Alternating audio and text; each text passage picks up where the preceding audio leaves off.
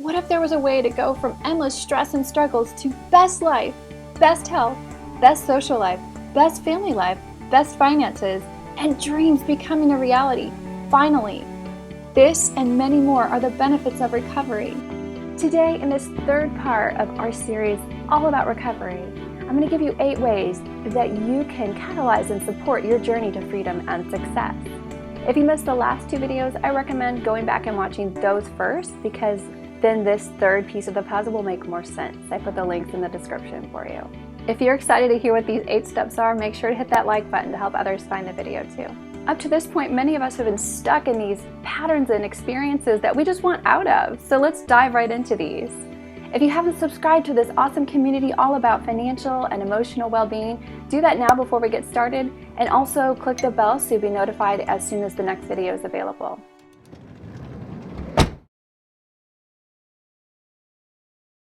When a child grows up in a low nurturance environment, one of the first things he or she learns to do is disconnect with the parts of self that aren't welcomed by their caregivers.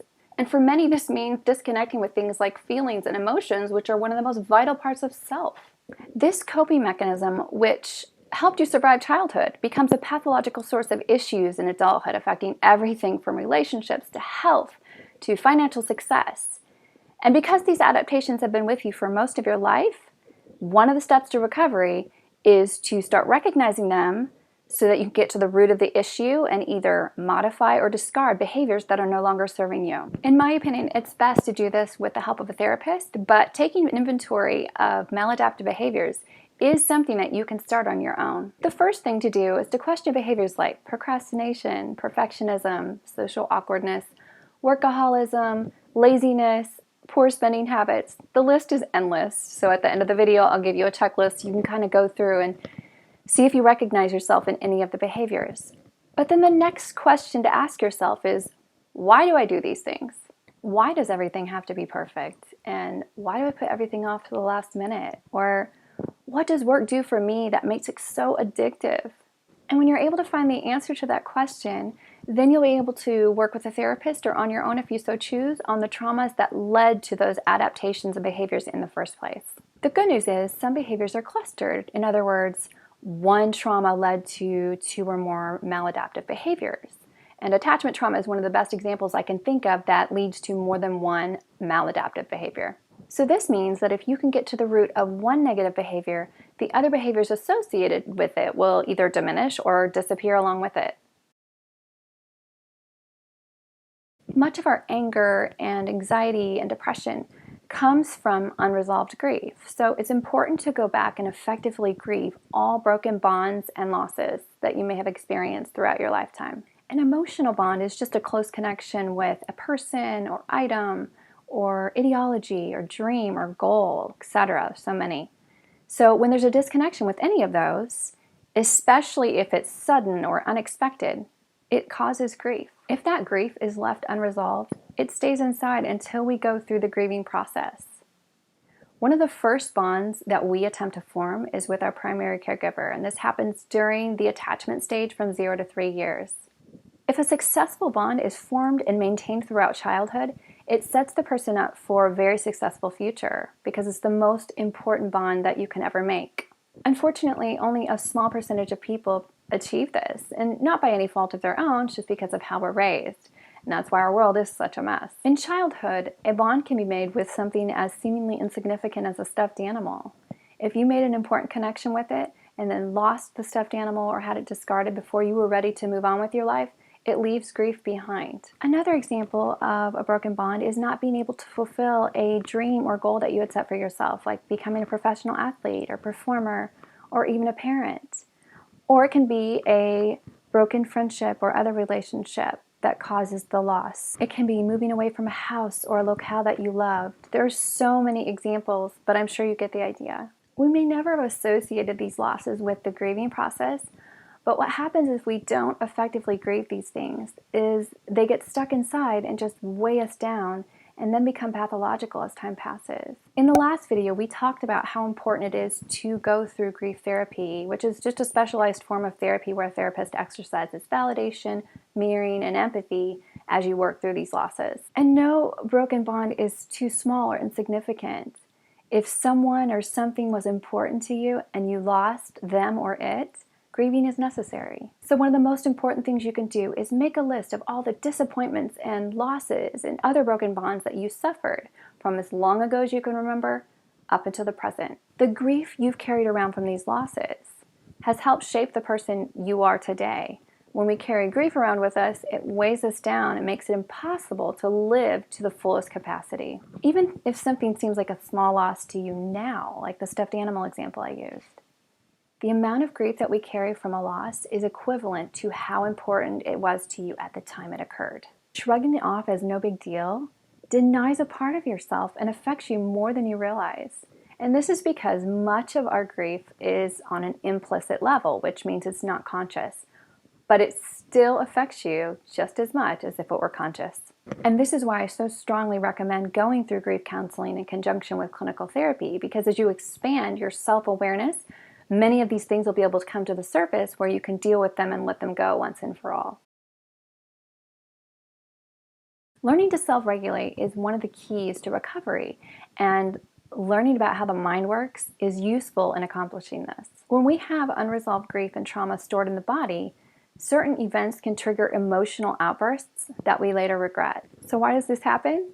It's called amygdala hijack, and it's when the part of our brain called the amygdala, which is our emotional center to put it simply, overrides the cortex, which is the thinking or rational part of our brain. The younger or more emotionally immature a person is, the more often this happens and the less control that they have over it. Understanding why we have these outbursts helps us to develop self-regulation. In a particularly stressful event, the amygdala takes over the cortex, preparing us for fight or flight. During one of these events, adrenaline is released into the body and circulates for 18 minutes. And this is regardless of whether there was an actual threat or merely a perceived one. Stored trauma can cause us to overreact when we are triggered by something that looks, sounds, smells, or feels like an adverse experience we've had in the past, especially one from childhood. The keys to self-regulation are A, diffusing and releasing stored trauma, and B, learning to recognize what you're feeling in the middle of an amygdala hijack. You can do this by labeling the strong emotion that you felt and finding out what triggered it. And it's easier done with a therapist, but it's something that you can do on your own if you choose. The more emotionally mature and healthy a person becomes, the fewer amygdala hijacks will occur.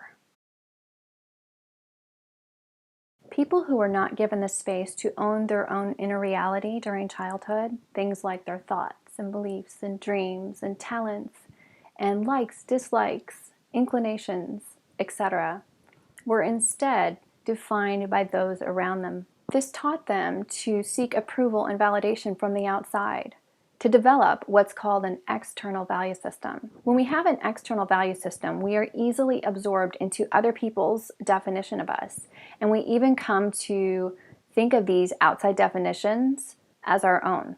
When we allow external sources to define our value and worth, it creates an unstable sense of self-worth because external sources are volatile and ever-changing. When we are constantly trying to seek others' approval and adapting who we are to meet their expectations, it's a never-ending chase. We do this because we became disconnected with self very early on, so that intrinsic sense of value and worth is missing. Therefore, we rely on superficial things for gaining approval and acceptance, things like our appearance and what we have and how successful we are and how intelligent we are, and the list goes on. That's why in recovery, one of the main goals is to reconnect with self so we can develop an internal value system. As we're able to reconnect with our true essence, which is called self-awareness, we are able to rediscover our inner reality and thoughts and feelings and dreams and talents and inclinations. This allows us to transfer the basis for self-worth from the outside inward. You have value simply because you exist. Nothing that you do or have or believe or accomplish can change that. Once you are successfully able to develop an internal value system, people's opinions and approval and acceptance won't matter anymore. You will know and be assured of who you are and how valuable you are from the inside out. And ironically, when we approve of and accept and love ourselves, other people will naturally adopt those same feelings toward us. It's one of the laws of attraction. It erects this invisible boundary that no longer allows outside sources to define you. This is an incredibly freeing part of the process of recovery because it's this huge weight lifted off your shoulders. You no longer have to chase after others' approval. So you can redirect that energy to chase after things that mean something to you, like your goals and your dreams. Something you'll hear me often mention is a person's window of tolerance, which is just a way to measure our current emotional health. When a person is greatly overburdened with stress, whether it be past, present, or future stress, it greatly decreases the size of the window of tolerance. People with significant ACE scores often have a window the size of a toothpick, just to kind of give you a visual. Thankfully, a window of tolerance is not fixed. It opens and closes based on the stress load that the person is currently carrying. Granted, for someone with past trauma, there is a baseline maximum that they can achieve before recovery begins. In other words, the window can only open so far. As you can guess from the name, a window of tolerance is how much a person is able to handle without becoming overwhelmed. Inside the window is what's called our capacity, what we're able to handle. Anything outside the window is what we're not able to handle given our current state, environment, or relationships. When we're feeling on top of the world or like life is cruising along, our windows are usually wide open, allowing us to take on more responsibility or be more productive or let things just kind of roll off our backs. But then when we feel like the weight of the world is on our shoulders or our backs are up against the wall, the window is very narrow, allowing us only to accomplish or do the things necessary to barely survive. Like I said earlier, the more burdened we are by past stress, the narrower our window is able to open, even in the best of times. In order to function at our maximum capacity, it's important to offload as many unnecessary toxic relationships, like past traumas, and other negative aspects of our environments. Some stress is normal, but in order to handle it and still have the capacity to accomplish everything we want, like good health, rewarding relationships, stable finances, recovery is required. A window of tolerance is a tool to measure where you are on a daily basis. If you are not able to handle a lot or accomplish much, you'll know that your window is narrow and attention and effort is needed to eliminate unnecessary stresses. One of the most powerful things that we can do whilst going through recovery is to engage our nervous system.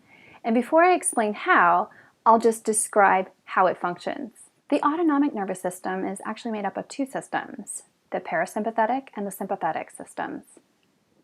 The sympathetic is our danger response, the fight or flight. And then the parasympathetic has two parts, ventral vagal and dorsal vagal. Dorsal vagal is where freeze and shutdown happens, and then ventral vagal is our social engagement system.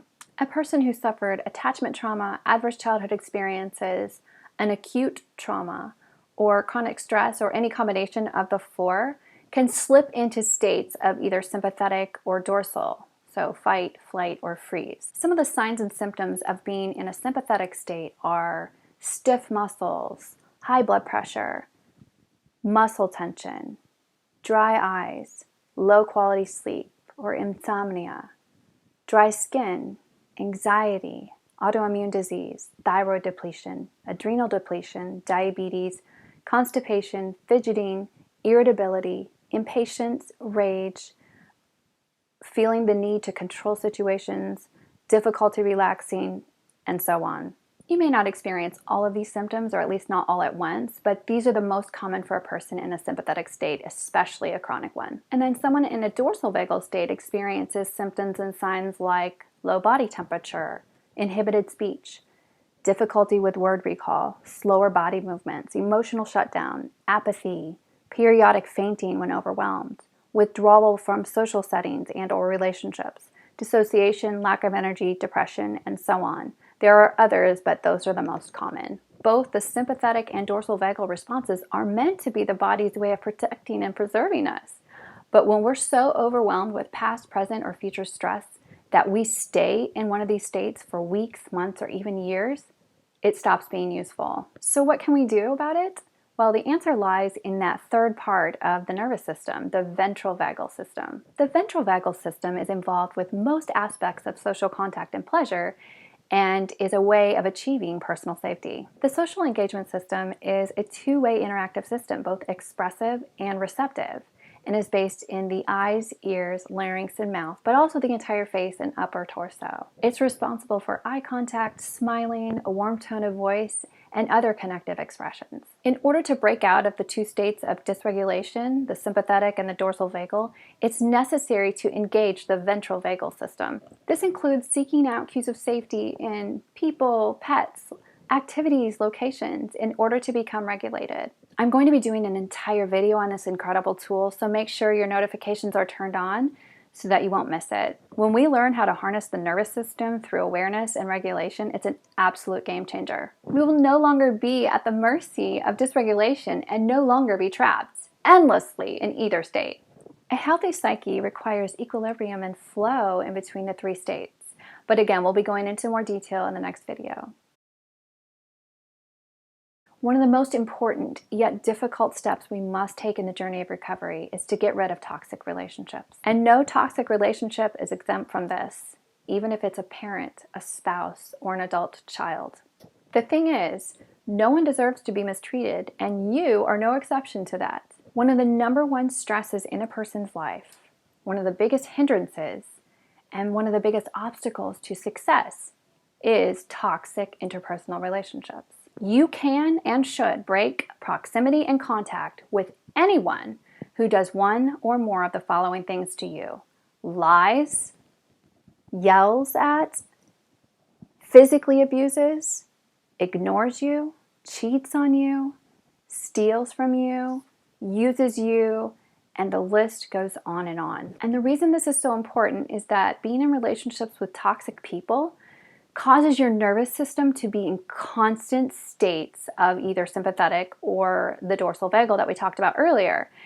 And when you're in those chronic states, your body is constantly releasing stress hormones, which are very damaging to your physical body and your mind. It not only suppresses your immune system, but it keeps you locked in this state of mind that is prohibitive of either growth or vitality. Our bodies and minds can only be fully alive when we're in healthy relationships. Many of the people I've spoken to who've had autoimmune disorders saw a significant decrease in symptoms or even a complete remission once they took this very crucial step in recovery. I recommend taking this step of recovery very early on in the process because all other steps will be much easier if you don't have another human standing in your way. There are many different parts or aspects of our personalities. We all have an inner critic, inner child, inner parent, inner protector, etc. One of the most important relationships we can form is between our inner parent and our inner child. Just like with reparenting therapy that we discussed in part 2, our inner parent is able to take the inner child through past experiences in which he or she didn't get the nurture or support that she needed at that time. This makes peace with that part of you that was wronged, abused, or neglected, and meets the needs that should have been filled then. It can feel frustrating that the first decade of life determined so much about how our futures would go, but if we can recognize the flaws in the way that our parents nurtured us or didn't, we can adapt and figure out new ways to better nurture ourselves. Reparenting involves self-encouragement when we're feeling demoralized or frustrated, creative solution finding when we face obstacles or difficult situations, self-comfort when we experience agitation or anxiety. These are some of the things that an emotionally mature parent naturally gives a child, but if that was missing when we were young, we have the ability to step in and do it for ourselves, with one part of our personality speaking to the other. This can be done either verbally or in your mind. Most of us are in the habit of criticizing ourselves, probably because that's what we received when we were growing up. But it's important to break those patterns and start edifying and building ourselves up so that we can achieve the goals that we've set for ourselves. Become the ideal parent that you should have had. That 5-year-old you is still in there desperately seeking the nurture that he or she didn't receive back then. I know we covered a lot of ground again today, but thank you for sticking with me through this 3-part series.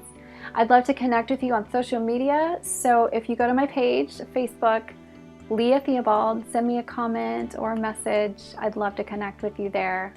Also make sure while you're there to sign up for this week's surprise giveaway. If you found today's information useful, please make sure to hit the like button or leave me a comment so that way it helps others find the video. And remember, next week we're going to be talking about how to engage the nervous system so that it's working for you, not against you. Thank you for watching. I'll see you next time. Bye.